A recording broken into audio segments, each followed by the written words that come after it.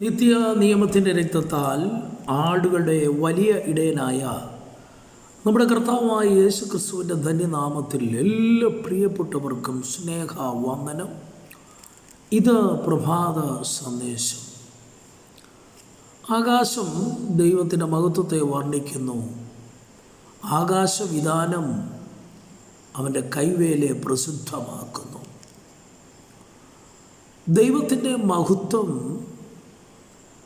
ഭൂമിയിലും ആകാശത്തിലും മാത്രം ഒതുങ്ങി നിൽക്കുന്ന ഒന്നല്ല, അതിനപ്പുറത്തായി ഭൂലോകം മുഴുവനും നിറഞ്ഞു നിൽക്കുന്ന മഹത്വമാണ് ദൈവത്തിൻ്റെ മഹത്വം എന്ന് പറയുന്നത്. ആ മഹത്വത്തെ വർണ്ണിക്കുക എന്ന് പറയുന്നത് മാനുഷിക വാക്കുകൾക്കപ്പുറത്താണ്. മനുഷ്യ ബുദ്ധിക്ക്, മനുഷ്യ ചിന്തകൾക്ക്, മനുഷ്യൻ്റെ കണക്കുകൂട്ടുകൾക്കെല്ലാം മീതെയാണ് ദൈവത്തിൻ്റെ മഹത്വം, ദൈവകൃപ നമുക്ക് കാണുവാൻ കഴിയുന്നത്.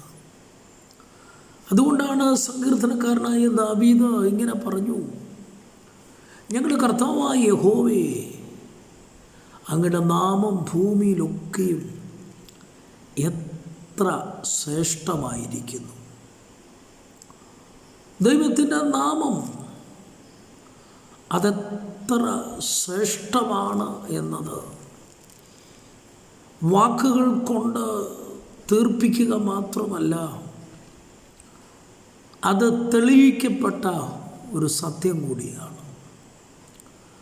ദൈവത്തിൻ്റെ മഹത്വത്തിന്, അല്ലെങ്കിൽ ദൈവത്തിന് അത്രത്തോളം വലിപ്പമുണ്ട്, ദൈവത്തിന് അത്രത്തോളം വിലയുണ്ട് എന്നത് ഇനിയും തെളിയിക്കപ്പെടേണ്ട സംഗതിയല്ല, അത് തെളിയിക്കപ്പെട്ട ഒരു സംഗതിയാണ്. അത്രമാത്രം വർണ്ണനാതീതമായിരിക്കുന്ന കർത്താവിൻ്റെ മഹത്വം നമുക്ക് ഈ ഭൂമിയിൽ കാണുവാൻ കഴിയുന്നു. അതുകൊണ്ടാണ് ഭൂമിയിലൊക്കെയും ഇത്ര ശ്രേഷ്ഠമായിരിക്കുന്ന കർത്താവിൻ്റെ നാമത്തെക്കുറിച്ച് നമുക്ക് കാണുവാൻ കഴിയുന്നത്. ഈ ഭൂമിയിൽ ആകാശത്തിൻ കീഴിൽ ഭൂമിക്ക് മീതെ പറയുവാൻ കൊള്ളാവുന്ന, സ്തുതിക്കുവാൻ കൊള്ളാവുന്ന, വർണ്ണിക്കുവാൻ കൊള്ളാവുന്ന ഒരു നാമമുണ്ടെങ്കിൽ അത് വാഴ്ത്തപ്പെട്ട കർത്താവായ യേശു ക്രിസ്തുവിൻ നാമമാണ്. ലോകത്തിൽ പല നാമങ്ങളുമുണ്ട്, പല വിധത്തിലുള്ള നാമങ്ങൾ നമുക്ക് കാണുവാൻ കഴിയുന്നു. മരണത്താൽ അസ്തമിക്കുന്ന, മരണത്താൽ കണക്ക് ക്ലോസ് ചെയ്യുന്ന, മരണത്താൽ മൺമറയുന്ന, മറഞ്ഞു പോകുന്ന, മാഞ്ഞു പോകുന്ന, മറന്നു പോകുന്ന അനേക നാമങ്ങളുണ്ടെങ്കിലും എടുത്തെന്നും പറയുവാൻ കഴിയുന്നൊരു നാമമുണ്ടെങ്കിൽ വാഴ്ത്തപ്പെട്ട കർത്താവായ യേശു ക്രിസ്തുവിൻ നാമമാണ്. ഉയർത്തപ്പെട്ട നാമം, മാനവകുലത്തിന് മറക്കുവാൻ കഴിയാത്ത, മാനവകുലത്തിനെന്നും എടുത്തു പറയുവാൻ കഴിയുന്ന ഏക നാമമാണ് കർത്താവായ യേശു ക്രിസ്തുവിൻ്റെ നാമമെന്ന് പറയുന്നത്. എന്തുകൊണ്ടാണ് ഈ നാമത്തിന് ഇത്രയും ശ്രേഷ്ഠത? ദൈവത്തോട് ഉള്ള സമത്വം മുറുകെ പിടിച്ചുകൊള്ളണമെന്ന് വിചാരിക്കാതെ സ്വർഗമഹിമകളെ വിട്ട് ഈ താണഭൂമിയിലേക്ക് ഇറങ്ങി വന്ന ദാസരൂപമെടുത്ത് വേഷത്തിൽ മനുഷ്യനായി ക്രൂശിലെ മരണത്തോളം അനുസരണമുള്ളവനായി തീർന്ന വാഴ്ത്തപ്പെട്ട കർത്താവായ യേശുവിനെ കുറിച്ച് വർണ്ണിക്കുവാൻ നാവുകൾ പോരാ.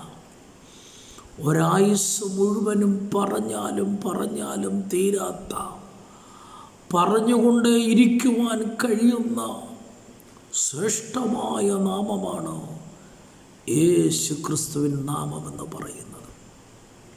കൽവറി മരക്കുരിശിൽ സാക്ഷാൽ നമ്മുടെ രോഗങ്ങളെ വഹിച്ചവൻ, വേദനകളെ ചുമന്നവൻ,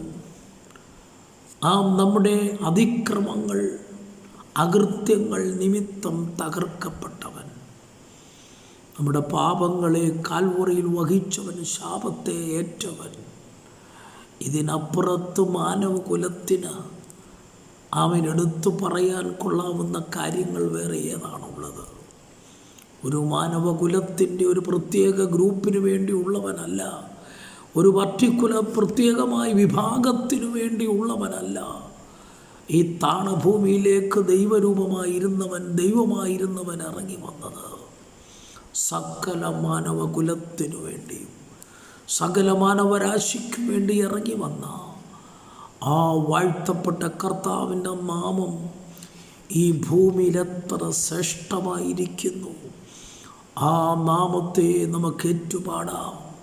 മനുഷ്യ ജീവിതത്തിൽ നമുക്ക് തരുന്ന ഓരോ ദിവസങ്ങളും, നമ്മുടെ ജീവിതത്തിൽ തരുന്ന ഓരോ മണിക്കൂറുകളും മിനിറ്റുകളും സെക്കൻഡുകളും എടുത്തു പാടുവാൻ കഴിയുന്ന, എടുത്തു പ്രശംസിപ്പാൻ കഴിയുന്ന, എടുത്തു പറയാൻ കൊള്ളാവുന്നൊരു നാമമാണ് യേശു ക്രിസ്തുവിൻ നാമം. ആ നാമത്തെ ഉയർത്താം. ഈ ആയുസ് അതിനായി ഉപയോഗിക്കാം. ദൈവം നമ്മെ എല്ലാവരെയും അനുഗ്രഹിക്കുമാറാകട്ടെ, ആശീർവദിക്കുമാറാകട്ടെ. ആമേൻ, ആമേൻ, ആമേൻ.